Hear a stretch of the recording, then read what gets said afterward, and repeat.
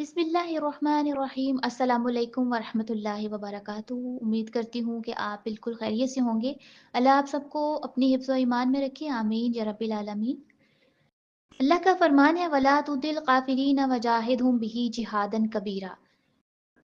सूरत फुरकान की 52 नंबर आयत, और बहुत ही ज़बरदस्त आयत है ये। अल्लाह ताला का फरमान है कि इन काफिरों की बात आप मत मानो, इनकी अतात मत करो, बल्कि कुरान के ज़रिए से जिहाद कबीरा करो। यानी कि कुरान के साथ जिहाद करना ऐसा जिहाद है जो बड़े जिहाद में शुमार होता है। लेकिन अफ़सोस हमारे यहाँ जिहाद को जिस तरह से डिफ़ाइन किया जाता है, उसकी बहुत ही खौफ़नाक शक्ल पेश की गई है। एक खुदकुश हमलावर को अमन पसंद शहरियों के दरमियान में छोड़ दिया जाता है, और उसका खुद को बम धमाके से उड़ा देना और शहरियों को कत्ल कर देना, ये जिहाद है। फ़िरका वारियत के नाम पर एक दूसरे का कत्ल व गारत करना, ये जिहाद है। ये जिहाद नहीं है, बल्कि ये जिहाद के नाम पर नफ़रत है, एक दूसरे से दुश्मनी है और एक दूसरे से ज़ाती इंतकाम है। अल्लाह का फरमान है कि वातसिमू बिहब्लिल्लाहि जमीअ वला तफर्रकू, कि अल्लाह की रस्सी को मज़बूती से थाम लो और फ़िरका ना बनाओ। फ़िरका बज़ाते खुद एक अज़ाब है, और ये जंग इसी वजह से लगी हुई है एक दूसरे से कत्लो गारत की और फ़िरका वारियत की, क्योंकि कुरान नहीं है। कुरान लोग छोड़ चुके हैं। अब जहाँ भी जंग की बात होती है, जिहाद की बात होती है, तो इस्लाम हमें जिस जिहाद और जंग की तरग़ीब देता है, वो मुदाफ़ियाना है, वो ऑफ़ेंसिव नहीं है। वक़ातिलू फ़ी सबीलिल्लाहि अव इदफ़ऊ, सूरत आले इमरान 167 नंबर आयत, कि आपने अगर अल्लाह की राह में जिहाद करना भी है, तो वो दिफ़ाई होना चाहिए, डिफेंसिव होना चाहिए, ऑफ़ेंसिव नहीं।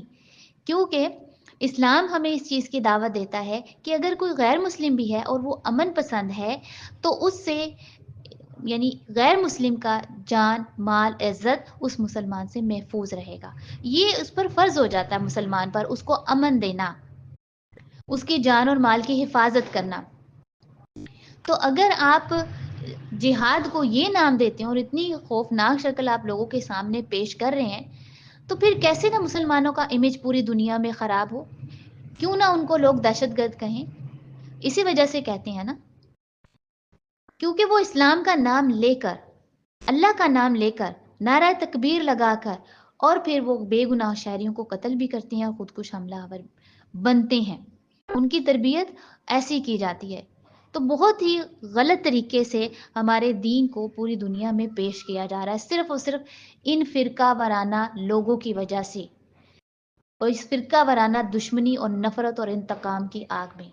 असल में ये दुश्मनी अ, अपनी ज़ाती दुश्मनी नहीं ले रहे, बल्कि ये अल्लाह के दुश्मन हैं या कुरान के दुश्मन हैं। तो पहली बात तो ये कि जिहाद ये बिल्कुल भी नहीं है कि जिसकी तरफ दिल किया तोपों के रुख उस तरफ मोड़ दिए और फिर मारना शुरू कर दिया। ऐसा बिल्कुल नहीं है। तो कुरान हमें सिखाता है अमन, अमन देना। तो जो लोग आपसे अमन चाहते हैं, उनकी जान, माल और इज़्ज़त की हिफाज़त करना आप पर फ़र्ज़ हो जाता है। दूसरी बात ये है कि जिहाद शुरू कहाँ से होता है? सबसे पहला जिहाद हमारा अपने नफ्स से शुरू होता है, कि हमारे नफ्स पर किसकी हुक्मरानी है। हम अल्लाह से अहद करते हैं, इय्याका नअबुदु व इय्याका नस्तईन, कि हम ख़ास आपकी ही इबादत करेंगे और ख़ास अल्लाह ही से मदद चाहेंगे। लेकिन हमारे नफ्स पर हुक्मरानी होती है गैरुल्लाह की, ख्वाहिशात की। अगर हम अपने नफ्स से ही हारे हुए हैं, अपने अंदर से ही हारे हुए हैं, तो सोचें हम बाहर की जंग कैसे जीतेंगे। तो सबसे पहला जिहाद तो हमारे अपने अंदर से है।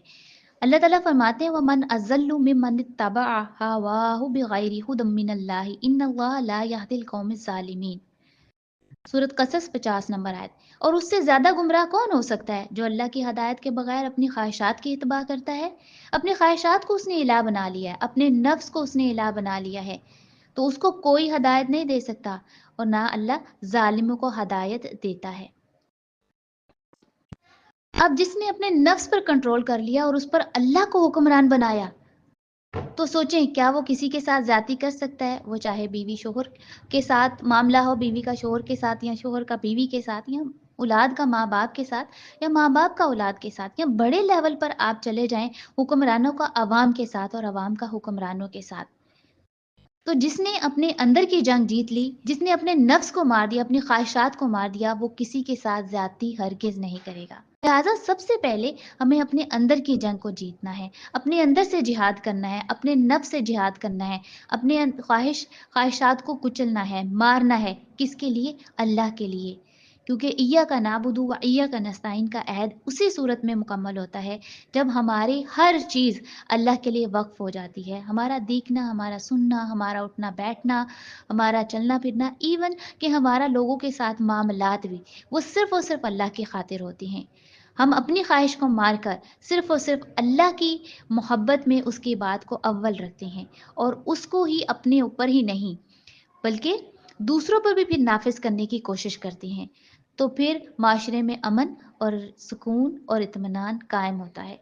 تو یہ سکون اور اطمینان لانے کے لیے سب سے پہلے آپ کی جنگ آپ کے اندر سے، آپ کے نفس سے، پھر آپ کے اپنے خاندان سے ہوتی ہے، پھر آپ کے اپنے گھر والوں سے ہوتی ہے، پھر آپ کی معاشرے سے جنگ ہوتی ہے۔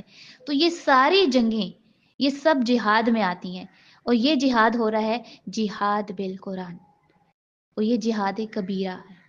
سب سے بڑا جہاد یہ ہے کہ ہم قلم کے ذریعے سے، ہم علم کے ذریعے سے لوگوں کو بتائیں کہ اصل میں قرآن کی تعلیم کیا ہے اور معاشرے میں کیا ہو رہا ہے۔ اور اس جہاد کو جیتنے کے لیے، اس جنگ کو جیتنے کے لیے، اس جہاد کو کرنے کے لیے اللہ کی کتاب سے جڑ جانا، علم حاصل کرنا، اور اپنے ایمان کو اس پر پختہ رکھنا، اللہ پر یقین رکھنا، اللہ پر بھروسہ رکھنا، اپنے آپ کو اللہ کے سپرد کر دینا سب سے اہم اقدام ہے۔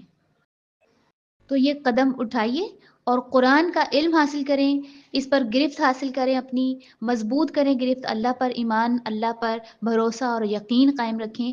اللہ تعالیٰ آپ سب کے لیے آسانیاں فرمائے، آمین یا رب العالمین۔